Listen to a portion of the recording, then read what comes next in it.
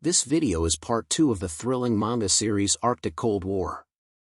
If you haven't seen part 1 yet, you'll find a link in the description below. Now, let's dive right in, with all the love and support from you amazing viewers. But that's the thing, getting involved with her is literally going to drop you 6 feet under the ground. Hanfang is pretty shocked to run into her again like this. A little more background on his crush Hyiona has been his long-lost crush for 3 years straight. He played every trick in the book to get her to like him back, but deep down our boy knew he was just a backup. If anything, and now after what happened to him, after the way she deceived him and got him murdered in cold blood, he is pissed.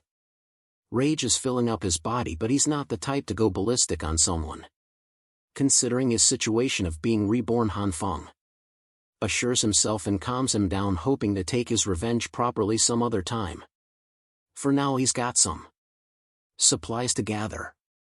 Hyiona shows concern for the guy waving her hand in an effort to grab his attention because he appears spaced out. Trying his best to maintain politeness with her, he praises Hyiona for being so beautiful that it stunned him for a bit. She calls him a smooth talker in return and thinks that it's a good opportunity to invite him out to go shopping. But even with her attempt, the girl gets straight up rejected as he moves past Hyiona like she's not even worth paying attention to. This gives her a reality check so hard that she's lost for words. The reality is Hanfang fully understands that she's only being so kind as to invite him, so that she can use him as a personal bank for her own groceries. He's done being someone else's pet, so that won't happen anymore. The Waldemar Shopping Plaza is known to be the most well-known supermarket in the region. In the original timeline, the moment the Arctic apocalypse began, this place was cleaned up and emptied up in a single night. It's still unknown who managed to rob it like that, but for now, Hanfang's objective is to stock up as much as humanly possible. Being intelligent, he actually discovered a survival guide list to get all the stuff he needs, stuff like food, winter clothing, medicine necessities, fuel, and a whole bunch of other useful items. Well, while he's got a huge shopping list, there comes a second problem. Bro doesn't have enough money to do shopping. While he's sulking, the guy receives a sudden message proving him eligible to grab a giant loan of 170,000 yuan for this year. It's just the lottery ticket he needed. After all, who the hell is going to repay debt during the apocalypse anyway? And so, using all of the loan apps he could find on the internet, Hanfang began twiddling his fingers, making sure he got loans from everywhere. The scene switches to Hyiona, who is pretty damn frustrated with the way he treated her today. This beauty is a stuck-up who can't get over the fact that her personal simp refused her. Like that, it tells you a lot about her personality, but I'm sure more didn't need to be said after she got the guy killed in his previous life. Hyiona is cursing Hanfang for being a pathetic loser without a car and doesn't expect to be nice to him anytime in the future.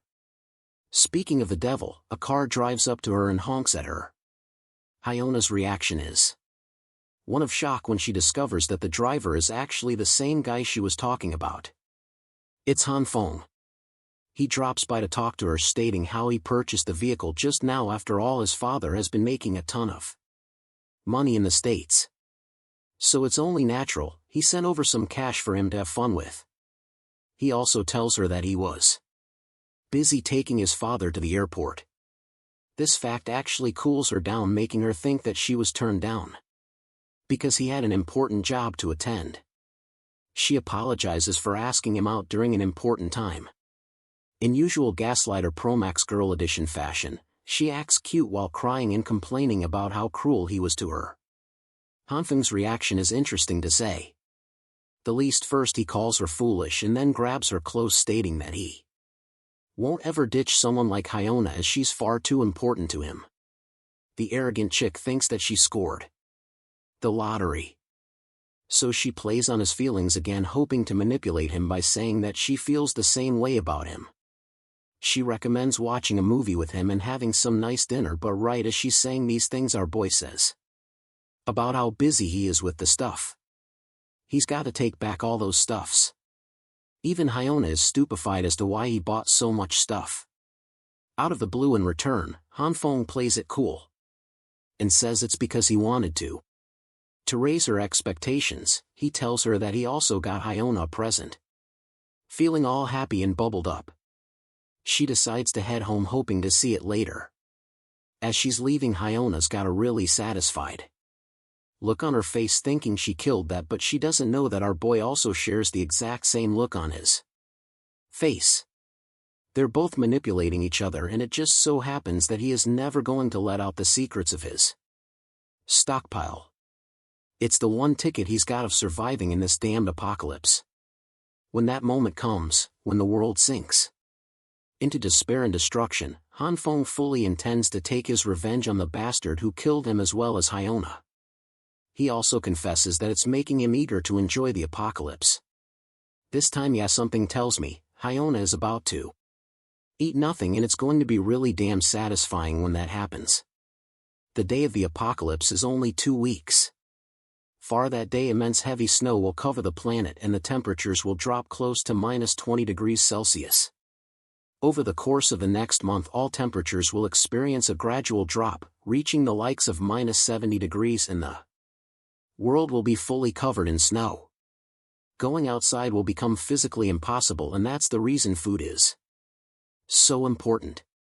He's brought all the stuff back to his apartment, fully packing it with proper covering so that no one suspects him of hoarding supplies. For the most troublesome supplies, he's going to make sure to move them at night when no one's around. Speaking of the apocalypse, a secondary issue will come in the form of power supply with its instability. Fuel is going to be necessary, and it just so happens that Hanfang has purchased a year's worth of fuel to make sure nothing goes wrong to combat his next problem. He knows that the heating systems cannot function anymore. So he brought a construction crew to alter his house, properly adjusting it, so that everything is reinforced and resistant against the apocalypse to come finally. He's made up a dedicated room for supplies and inventory so that nobody suspects him and that he can access anything whenever he wants.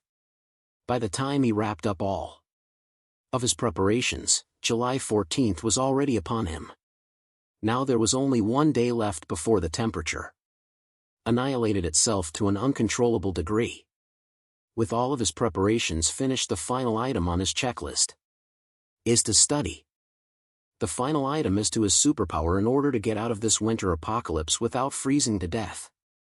Even Hanfang knows that relying on his supplies won't be enough for him to survive, and it's here when his plant-based powers will come into play. As a beacon of hope in front of him are the same soybeans that he actually managed to grow using his own powers, and now it's time for the taste test.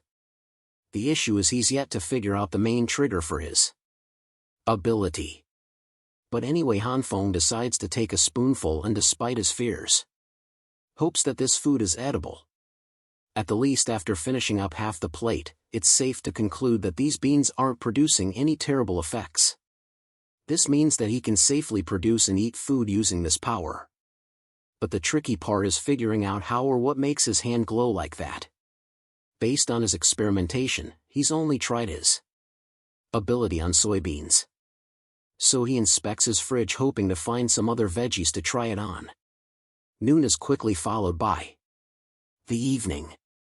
A drowsy and weak Hanfang opens his eyes, questioning if he ended up passing out.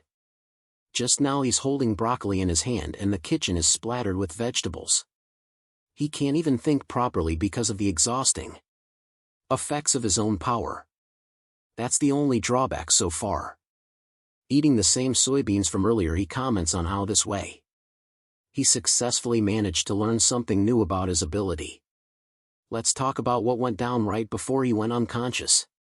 He ordered a bunch of stuff down to test his power and used it on a different set of plants.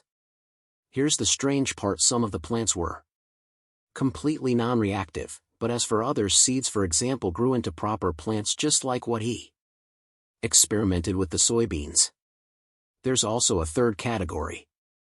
Some of them detonated right in his hand, which remains to be a mystery. As to why, Hanfang also discovered the charged substances that shared the appearance of coal upon their detonation. But it's a good thing because these same substances can be stored and later reused to provide warmth. With this he successfully found a way to keep himself warm in the harsh apocalypse to come. Excited, he concentrated on honing his powers and experimenting on a few more. While he was failing at first, when Hanfang tries focusing his power, the magical effects are prominent, giving him what he wants. The guy was deprived of energy and went down on the floor back to the present. He appears to be really confused about the logic of his own power. Some plants work. Others don't. It's hard to find what works and what doesn't. Still, from this experience, he's realized the key part of the trigger. It's actually imbued into his consciousness. So he tries meditating on an ethereal experience where he is one with nature. An experience that connects his mind and body all the same. The fruits of his imagination end up becoming successful because right after opening his eyes, Hanfang is satisfied to discover his glowing green hand. This confirms his suspicion that his ability is linked to his consciousness. To test it out even more, he tries his ability on a bunch of meat for good measure. Poor guy finds himself disappointed when it doesn't work on meat because that would mean he's got to live off of plants for the rest of his life. Even after concentrating and begging his powers to work, nothing happens. This makes him question his thoughts again. Remembering his meditation technique, when he does that, he experiences two unique colors, one being red and the other green, and so far he's only experimented with green. So this time he closes his eyes shut, hoping to connect his mind to his second ability. To his shock, his hand starts glowing red and affects the meat, turning it into a disgusting spiky blob that is barely recognizable anymore. Feeling so disgusted by the effects, he tosses the meat on the ground and approaches it slowly for another inspection.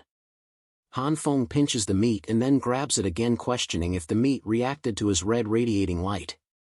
It also seems like the meat was cooked properly, which begs the question if the red light is only responsible for heating stuff up. Inspecting his hand again, he starts to realize something. It's not that the meat was cooked, no, it's the opposite. This thing is actually reverting back to a process of disintegration. From this revelation he's found a discovery: the green light speeds up the evolutionary process and the red light slows it down immensely, reverting it into disintegration. In an effort to combine the two, he clasps his hands together with the meat. A burst of yellow forms, and the same meat turns into a larger slab than ever before. But that makes him question what happened to the soybeans that he also had in his hand. They disappeared, which probably means they merged with the meat in some way. Hanfang is really amazed by the output of his own powers, as after further inspection he comes to the conclusion that the meat is the freshest he's ever seen. He's excited and wants to try it out one more time, but his luck isn't so kind to him. Because bro ends up failing so bad that everything turns to black. He's slamming his hands on the floor in frustration, but eventually settles with patience. There's lots of time for him to experiment with his powers. He's happy that he got to make a whole bunch of different discoveries in just one day. If only he can master this ability to its fullest, bro thinks he's going to become Superman and stand at the top of the world. But then the idiot realizes that food isn't the only thing that's necessary to save his life. Right now he needs a weapon to protect himself from other humans. Right as he's thinking of going out to buy a weapon, the realization dawns on him. The apocalypse has begun just like last time. The world is experiencing an absurd amount of snow in July. He goes out regardless, believing that it's necessary to find a gun before temperatures reach -45 degrees. At the same time, he can't exactly buy a gun when it's illegal in the country. As he's busy in thought, he sees a broccoli hair punk ranting about how he's the younger brother of Lao Wang from the Shigan Lita group. You know, the typical type of "my brother's got more money than you" tactic for winning petty arguments. Hanfang actually recognizes this clown from somewhere. Thanks to his shitty fashion style, and all the funniest is how the people have decided to dub a name for this guy, calling him Homeless Joe. Let's talk about Li Z, or Homeless Joe, who lives in the same neighborhood as him. The guy's known to be a contractor who has networks with everyone around. People come around asking him what's up and what's going on, and he acts like he's the busiest dude in the block about how he's so busy dealing with his projects with his big brother. Bro doesn't even have a job, and he's always seen whining on his phone pretending like he's got millions and millions on a project to spend some time on seeing this guy. Hanfang wonders if the idiot can help him get the weapon he needs. He greets homeless Joe and pretends to know him for a while. So the thing is, this guy doesn't really know our boy at all. Hanfang pretends to be Xiao Han, taking advantage of his pride and acting like they're long-lost friends who should remember each other. The homeless idiot gives into the bait and apologizes for not remembering, especially when he's got so much work to do. Hanfang checks his surroundings and quickly closes in on the punk, explaining his entire situation. When he's done explaining, homeless Joe experiences a jolt of shock, questioning what the hell this dude needs a gun for. At this point, Hanfang is at a loss for words. Before he can even whip out a proper excuse, the blonde punk warns him that guns aren't something to be taken lightly because they're illegal. Even though he's got connections that can get him weapons, that doesn't mean homeless Joe is in the mood to get into some kind of dangerous business. Hanfang clarifies his situation, stating that he needs it for self-defense because some people have a grudge against him. He talks about a made-up story of how he ran into a guy on his way to work. They were both on a bike and that man carelessly spat in his face. Of course it pissed him the heck off, so he confronted the clown and started beating the crap out of him. For everyone to watch, after humiliating him, he left the man to his way. The man actually held a grudge and told him that he'd return with his buddies, and so the very next day bro got destroyed by the entire gang. They were clowning on him and roughing Hanfang top to bottom. After that beating down, he's been wanting to have a self-defense weapon to protect himself. Luckily, homeless Joe is sympathetic for his story and makes a huge deal that spitting on someone is definitely a step too far. He thinks this kind of behavior should be punished, but Hanfang is starting to think that maybe this guy ended up missing the damn point of his complaining. Still, homeless Joe wraps his arm around him like a guardian angel and promises to save. He said that the day he's going to make his call to his big brother and everything will be sorted out. Hanfang is glad that things are going his way. Homeless Joe recommends they take the bus because his luxurious car is being serviced right now. Hanfang is okay with that, showing homeless Joe that he's got a vehicle for them to work with. As they're driving their way, homeless Joe is shocked and asks about the price of the car. Our boy reveals that it cost him $700,000, which appears to be a pretty good deal in his eyes. Bro is out here snapping pictures like he's some kind of Instagram heartthrob. The hilarious part is that he captions it as if the SUV is his own. Speaking of the big brother, he talks about his punks are out chilling with a fire, commentating on the absurd weather conditions. Hanfang's car stops by and homeless Joe pops right out. The guy is out here acting smug and drunk. The rest of his boys can't believe that homeless Joe's got his own SUV now, and this guy is such a slimeball that he even tells them he bought it for $700,000 of his own pocket. Hanfang is left with the impression that homeless Joe is seriously quite bold for saying something like that in front of the owner of the vehicle. In the next scene, the punk brings Hanfang to his boss. As you can guess from a gang leader, dude's got tattoos all over his body. He's displeased to see his brother here and immediately shows the blonde punk the door to that homeless Joe. Puts all the pressure on Hanfang, stating that his friend over here wants to buy a gun. The gang leader is surprised at first and gives our boy a mean-ass look. Hanfang is terrified, while the boss is a bit annoyed that they came all the way here in search of one lousy gun instead of something more interesting. By comparison, the boss tells his lackey to fetch a handgun, which is tossed over to Hanfang for a price of $6,000.